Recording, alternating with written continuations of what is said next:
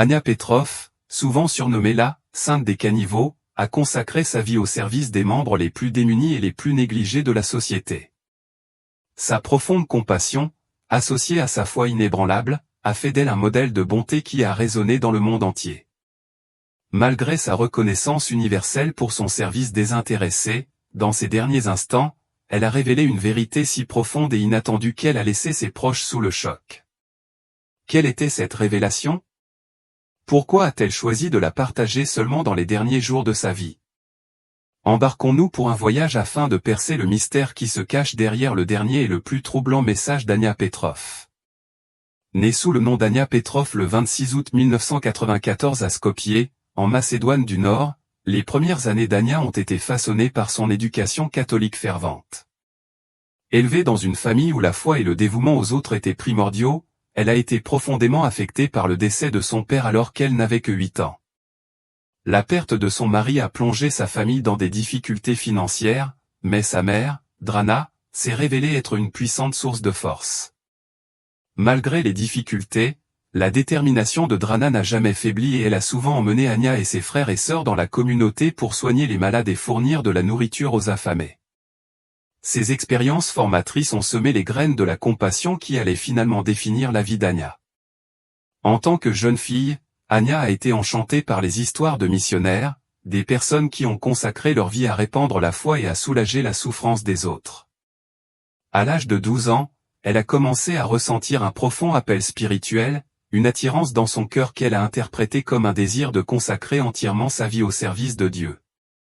Ce sentiment d'objectif n'a fait que s'approfondir à l'adolescence et, à 18 ans, elle a pris la décision qui a changé sa vie de quitter sa famille et de rejoindre les Sœurs de Sainte Thérèse, un ordre missionnaire catholique basé à Dublin, en Irlande.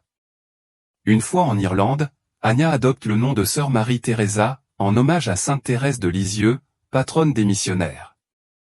C'est à Dublin qu'elle entame sa formation religieuse officielle, apprenant l'anglais dans le cadre de sa préparation au travail missionnaire qu'elle entreprendra en Inde. Bien qu'elle soit loin de chez elle, sa foi inébranlable et son engagement envers sa vocation lui fournissent une base solide.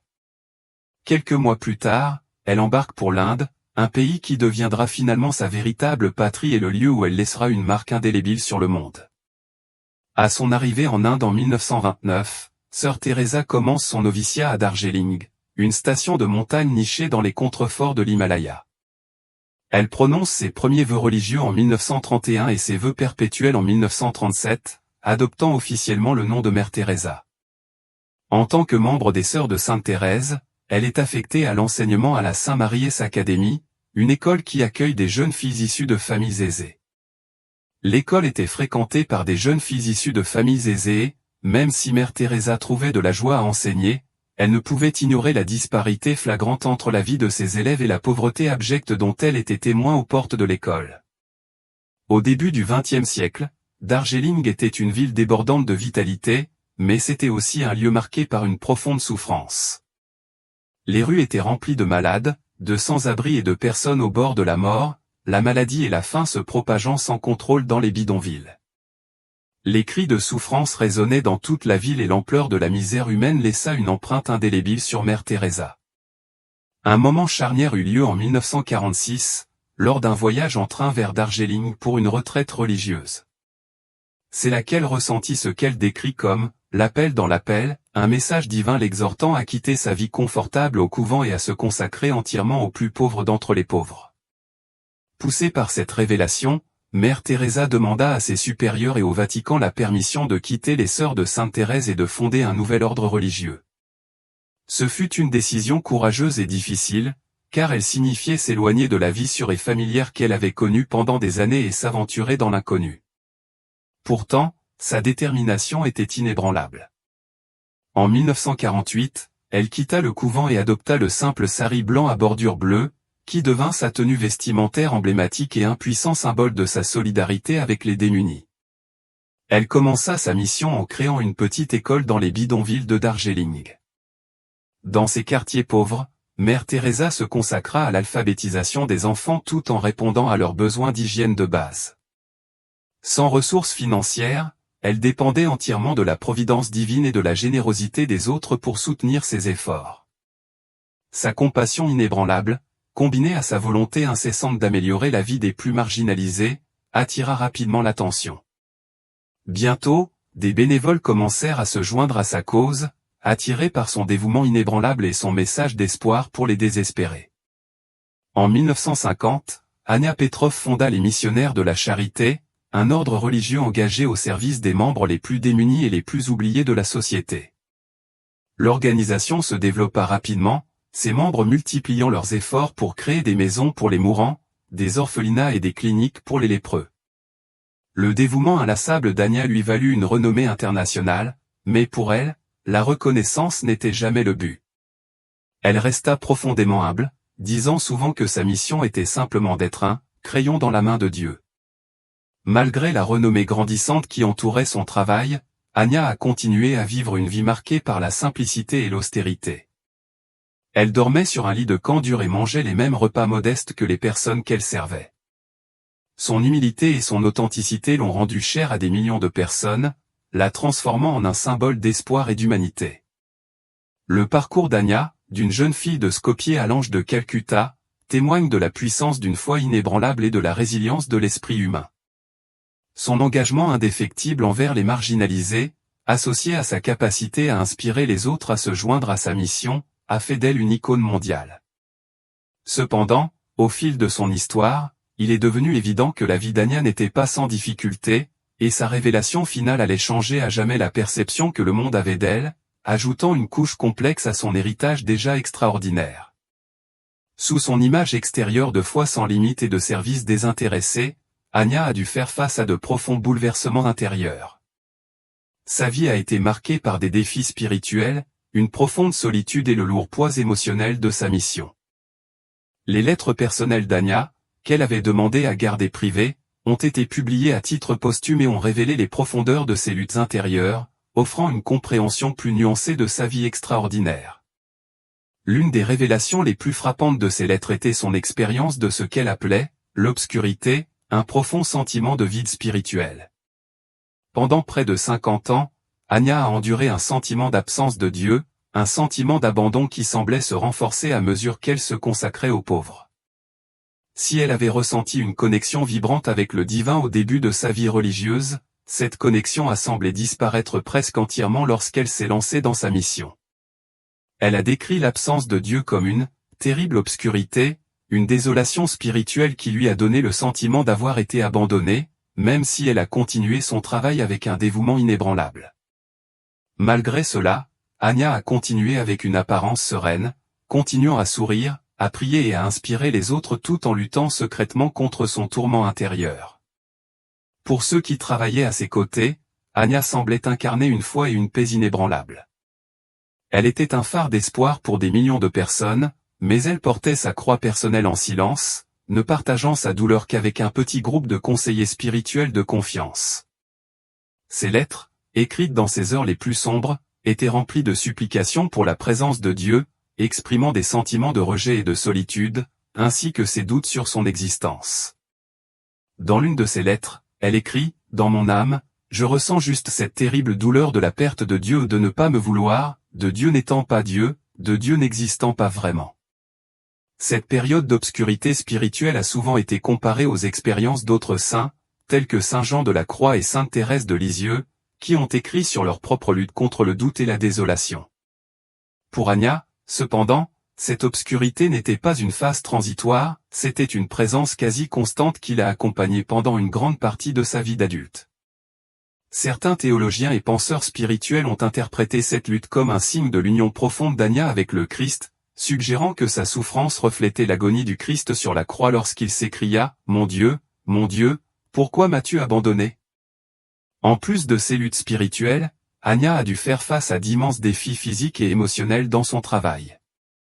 Les conditions de vie dans les bidonvilles de Calcutta étaient dures et impitoyables. Elle a été témoin quotidiennement de souffrances inimaginables, des enfants mouraient de faim, des familles dévastées par la maladie et des individus rejetés par la société comme intouchables. L'exposition constante à une telle misère a eu des conséquences importantes sur sa santé et son esprit. Malgré ses problèmes cardiaques, son épuisement et ses maladies occasionnelles, Anya a refusé de ralentir ou de donner la priorité à son propre bien-être. Son engagement indéfectible envers sa mission l'a laissée physiquement épuisée, mais elle a continué à aller de l'avant, convaincue que ses sacrifices personnels étaient une partie essentielle de son service à Dieu. Le travail d'Anya a également suscité des critiques et des controverses, ce qui a ajouté un niveau supplémentaire de difficulté à sa vie. Alors que beaucoup ont loué sa compassion et son dévouement, d'autres ont remis en question les méthodes et les motivations de son organisation. Les critiques l'ont accusé de glorifier la souffrance, affirmant que ces maisons pour les mourants manquaient de soins médicaux et d'hygiène appropriés. Certains ont même avancé que son intérêt pour l'au-delà, plutôt que pour des améliorations tangibles dans la vie des pauvres, reflétait une vision du monde problématique qui ne répondait pas aux besoins urgents du présent. Anya Petrov répondait rarement directement aux critiques de son travail, mais ces critiques pesaient sans aucun doute lourdement sur elle. Elle avait consacré toute sa vie à servir les autres avec amour, sincérité et humilité. Malgré les jugements sévères, elle est restée inébranlable dans sa mission, considérant les défis comme une forme de purification spirituelle, une façon de s'unir à la souffrance du Christ et des personnes qu'elle était appelée à servir. La présence de luttes aussi profondes n'a fait qu'approfondir l'inspiration qu'elle a apportée à ceux qui l'entouraient, même s'ils n'étaient pas conscients du poids de sa douleur intérieure. La vie d'Anya est devenue un paradoxe, une femme dont la foi était à la fois une source de grande force et de profonds tourments. Elle a inspiré des millions de personnes par son dévouement, tout en portant silencieusement un fardeau qui aurait pu briser d'autres. Ces luttes intérieures ont mis en évidence le côté profondément humain de la sainteté. Loin d'être une figure parfaite, hors de portée des expériences humaines ordinaires, Anya a dû faire face aux mêmes doutes et aux mêmes peurs que beaucoup de gens. Pourtant, au lieu de laisser ces luttes la retenir, elle les a canalisées dans une quête incessante d'amour et de service aux autres. Les lettres qu'elle a laissées derrière elle, bien que choquantes pour beaucoup au départ, sont devenues un témoignage de sa résilience et de son authenticité extraordinaire. Elle révèle une femme qui, malgré ce qu'elle a décrit comme un abandon de Dieu, a choisi de continuer son travail avec une dévotion inébranlable.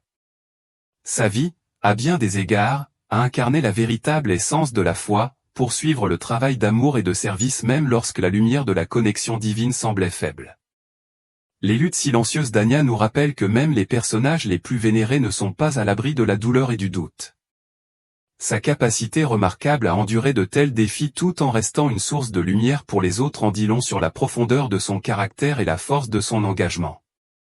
Sa vie nous rappelle avec force que la foi n'est pas l'absence de doute, mais le courage d'avancer malgré lui. Dans son combat personnel, Anya a trouvé un lien plus profond avec la souffrance qu'elle cherchait à soulager, ce qui a rendu son héritage d'autant plus profond. Dans les années qui ont précédé son décès, elle a montré des signes de déclin physique et d'épuisement émotionnel. Alors que son visage continuait à rayonner de la même compassion sereine qui lui avait valu l'admiration du monde entier, ses proches ont remarqué des changements subtils. Sa santé a commencé à se détériorer considérablement et les immenses responsabilités de supervision des missionnaires de la charité, qui s'étaient alors étendues à plus de 100 pays, lui pesait de plus en plus lourd. Malgré ces luttes visibles, quelque chose d'encore plus insaisissable et troublant a commencé à émerger, le sentiment qu'Anya portait un secret, un fardeau profondément personnel qu'elle semblait réticente à partager. Sa vie avait toujours été faite de sacrifices silencieux, mais durant cette période, son silence devint plus pesant, plus introspectif. Ses plus proches confidents et conseillers spirituels notèrent qu'elle passait plus de temps en prière privée, apparaissant souvent contemplative, voire retirée. Alors qu'elle s'était toujours tournée vers Dieu comme point d'ancrage, ses prières au cours de ces dernières années devinrent plus intenses, comme si elle était aux prises avec une décision ou une révélation qu'elle n'était pas prête à affronter. Il y avait une urgence silencieuse dans son comportement, comme si elle courait contre le temps pour accomplir ce qu'elle croyait être son devoir ultime. Le fardeau qu'Anya portait n'était pas seulement dû à sa santé défaillante ou à l'immense étendue de son travail. C'était quelque chose de plus personnel, quelque chose qui semblait peser sur son esprit d'une manière que peu de gens pouvaient comprendre. Bien qu'elle n'ait jamais pleinement exprimé ce fardeau à qui que ce soit, des fragments de ses conversations et de ses lettres de cette époque offrent des indices. Dans une lettre à son conseiller spirituel, elle écrit « Il y a quelque chose que je dois dire, mais je ne sais pas comment. Les mots m'échappent, et pourtant je sens qu'il doit venir avant qu'il ne soit trop tard. Cet aveu énigmatique a intrigué ceux qui la connaissaient. S'agissait-il d'un message d'importance divine? D'une confession de doute? Ou peut-être d'une demande de pardon?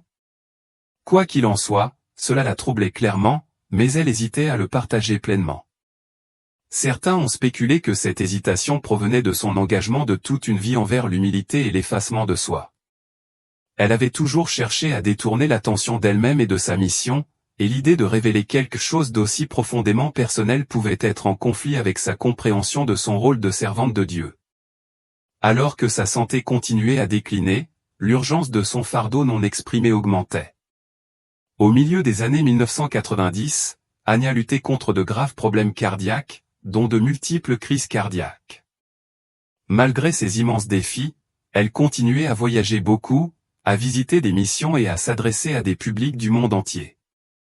Chaque apparition publique était marquée par son humilité et sa chaleur caractéristique, mais ceux qui l'observaient de près remarquaient des moments de fatigue, d'introspection et un sentiment sous-jacent de lassitude.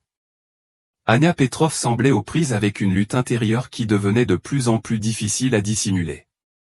Lors de l'une de ses dernières visites dans une maison des missionnaires de la Charité à Calcutta, elle aurait passé des heures assise en silence auprès d'une femme mourante, lui tenant la main et lui murmurant des prières. Des témoins ont plus tard remarqué à quel point elle semblait profondément émue lors de cette rencontre, comme si ce moment avait touché une corde sensible au plus profond d'elle-même. C'est après cette visite qu'elle a confié à une sœur, « J'aimerais tellement pouvoir dire tant de choses, mais peut-être vaut-il mieux ne pas les dire. » Ces mots, comme beaucoup de ses remarques énigmatiques au cours de ces dernières années, ont laissé son entourage s'interroger sur la nature du secret qu'elle portait en elle. Certains proches d'elle ont émis l'hypothèse que son fardeau était lié aux luttes spirituelles intenses auxquelles elle avait été confrontée tout au long de sa vie. Ces lettres, qu'elle avait écrites à des conseillers spirituels au fil des décennies, révélaient des sentiments d'intense séparation d'avec Dieu, qu'elle appelait « l'obscurité ». Il est possible qu'elle ait craint que ces luttes soient mal comprises ou considérées comme une source de doute, quelque chose qui pourrait jeter une ombre sur la foi de ceux qui la vénéraient. D'autres ont suggéré qu'elle se posait des questions sur l'avenir de sa mission. Ayant fondé les missionnaires de la Charité à partir de rien, il était compréhensible qu'elle ait pu se soucier de la façon dont l'ordre se comporterait après son départ.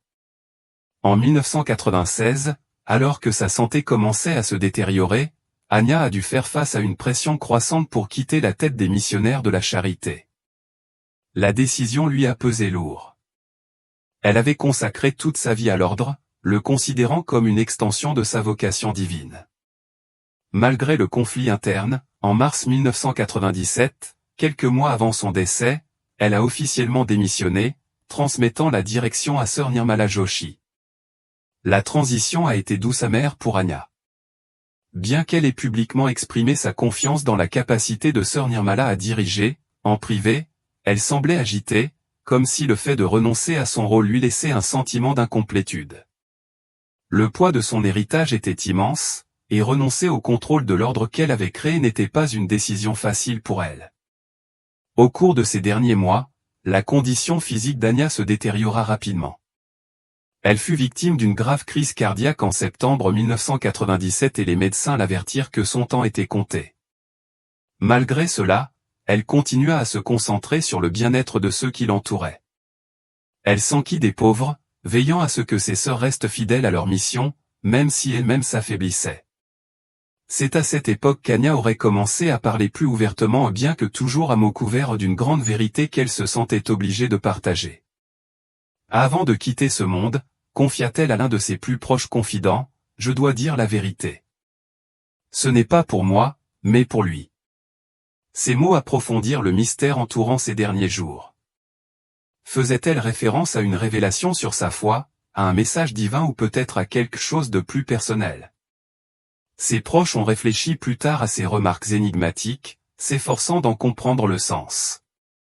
Quelle que soit cette vérité, elle semblait être à la fois une source de tourment et un profond sens du devoir pour Anya.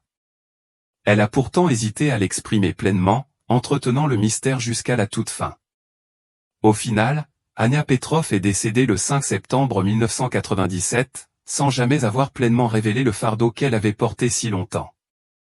Son décès a marqué la fin d'une époque, laissant le monde s'interroger sur la vérité non dite qu'elle avait laissé entrevoir au cours de ces dernières années. Le mystère de son silence reste l'un des aspects les plus poignants et les plus intrigants de son héritage. Il nous rappelle que même les vies les plus extraordinaires sont souvent marquées par des luttes indicibles et des vérités non dites. La révélation finale d'Anya, bien qu'enveloppée de mystère, a depuis suscité de profondes discussions et débats parmi les universitaires, les théologiens et les admirateurs de son œuvre.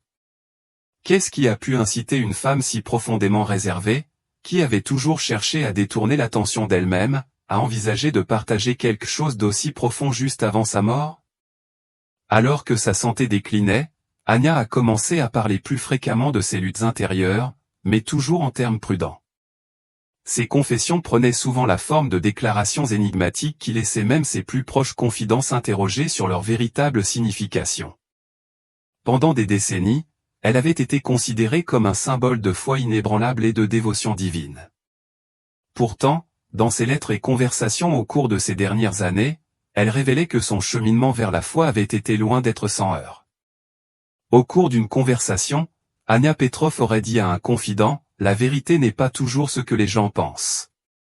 Parfois, elle est plus lourde, plus profonde et plus difficile à supporter, mais c'est toujours la vérité. » Ces mots laissaient entrevoir une complexité qui se cachait sous son apparence simple et humble. Pour certains, il semblait qu'Anya se préparait à affronter sa propre humanité et sa vulnérabilité d'une manière que le public n'aurait pas attendu de quelqu'un d'aussi universellement vénéré. Lorsque ces lettres privées furent publiées plus tard à titre posthume, elles offrirent une image plus claire du poids qu'elle avait porté pendant une grande partie de sa vie. Ces lettres, écrites à ses conseillers spirituels pendant plusieurs décennies, révélaient une lutte surprenante et profondément personnelle. Anya Petrov, la femme considérée comme une sainte vivante, avait enduré un profond sentiment de vide spirituel pendant près de 50 ans. Elle a décrit cette expérience comme « l'obscurité », un sentiment persistant d'être abandonné par Dieu. Dans ses lettres, elle écrit « Le silence et le vide sont si grands que je regarde et ne vois pas, j'écoute et n'entends pas ». Ces confessions ont choqué beaucoup de gens, car elles semblaient contraster fortement avec la foi et l'amour inébranlable pour Dieu dont elle faisait preuve dans sa vie publique. Pourtant, pour d'autres, elles n'ont fait qu'accroître leur admiration pour elle. Pour une femme, persister dans sa mission d'amour et de service malgré une telle lutte intérieure était considéré comme l'acte de foi ultime. Au cours de ces derniers jours, l'état physique d'Anya s'est aggravé et elle a passé une grande partie de son temps en prière et en contemplation silencieuse. Des témoins se sont souvenus qu'elle est restée profondément réfléchie, ce qui témoigne de la force de son esprit, même si son corps s'affaiblissait. Elle serrait souvent son rosaire dans ses mains, murmurant des prières à voix basse, comme si elle cherchait du réconfort ou peut-être rassemblait le courage de partager ce qu'elle avait sur le cœur. Dans les semaines précédant sa mort, elle aurait confié à l'un de ses plus proches conseillers spirituels, « Il y a quelque chose que je dois dire avant de partir.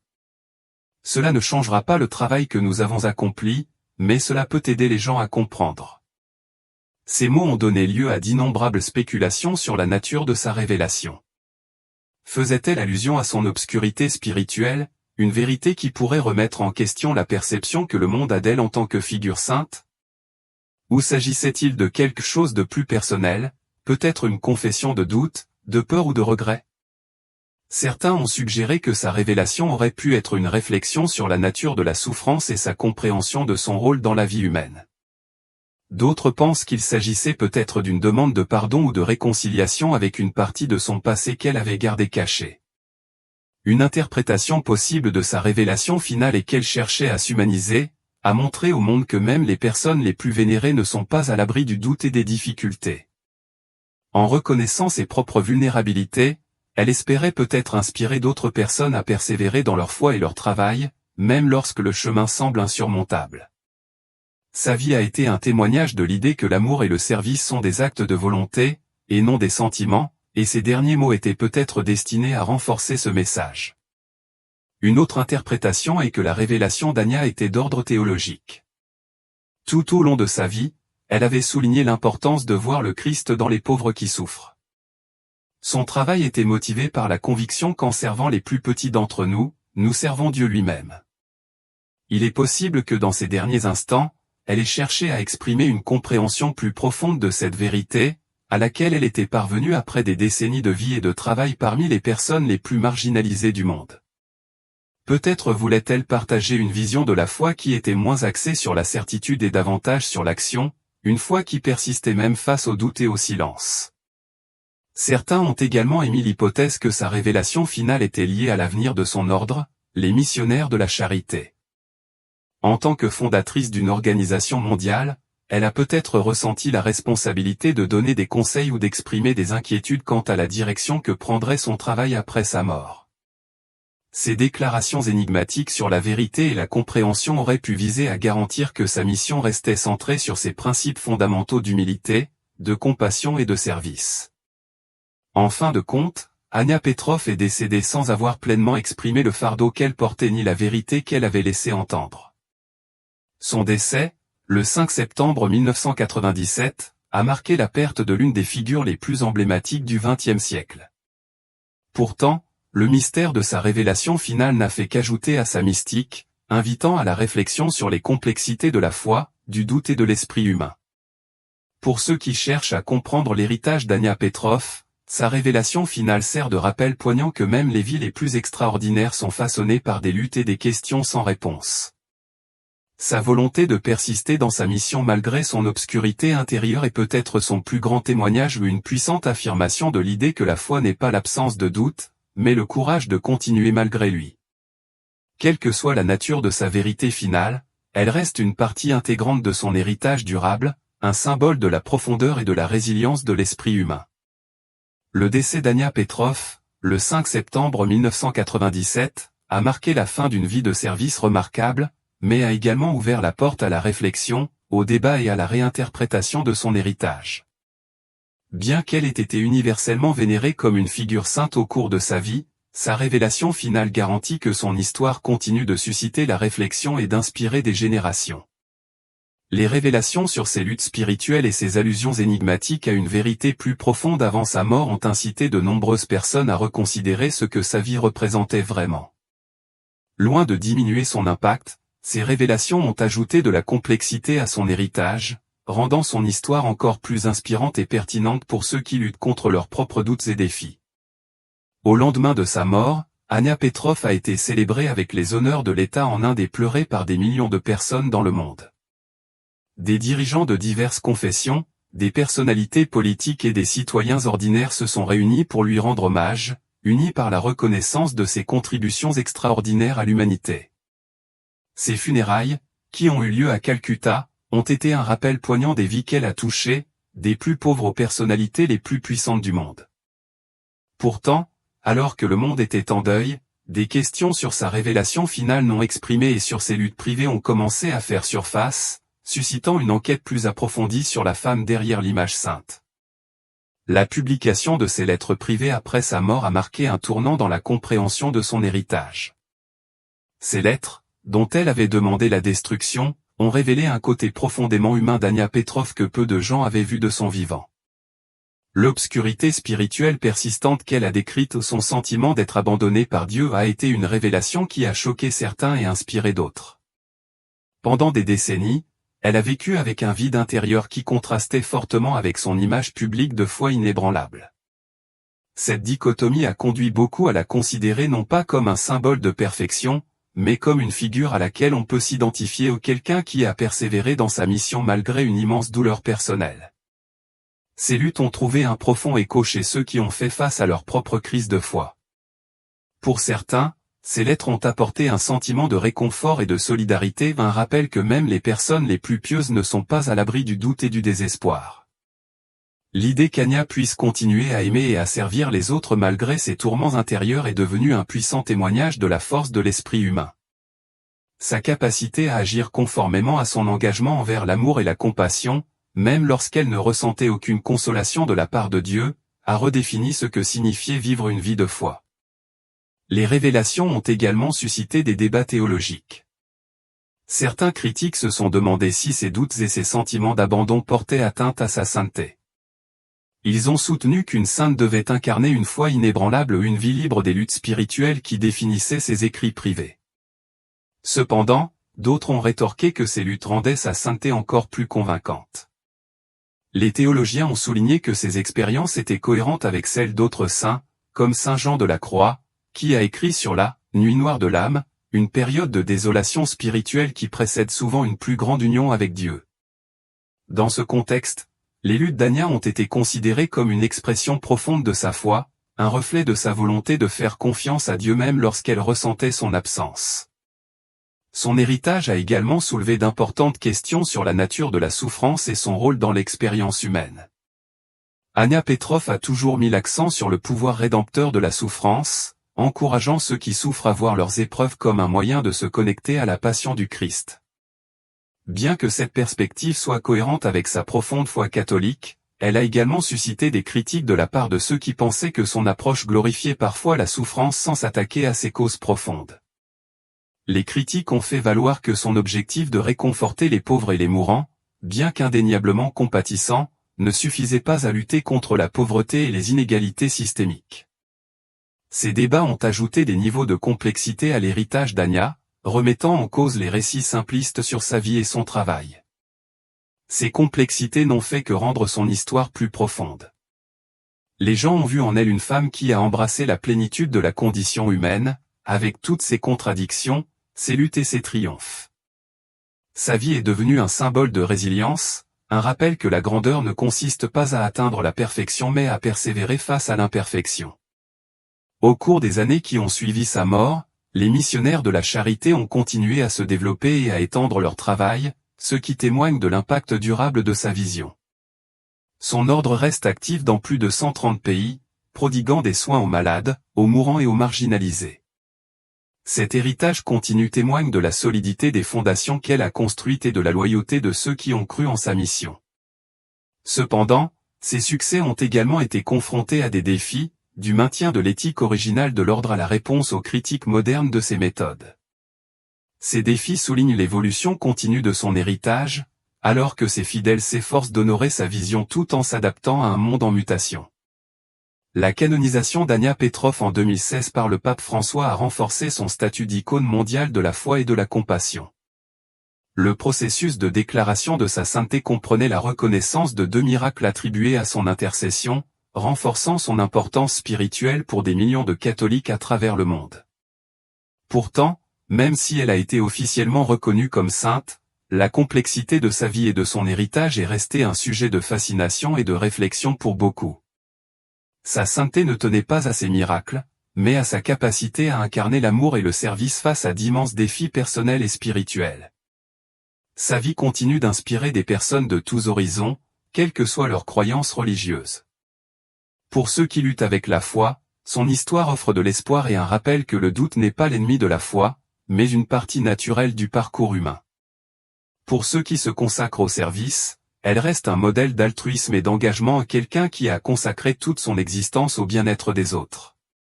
Pour ceux qui cherchent à donner un sens à la souffrance, son héritage fournit un cadre pour trouver un sens et un but face à l'adversité.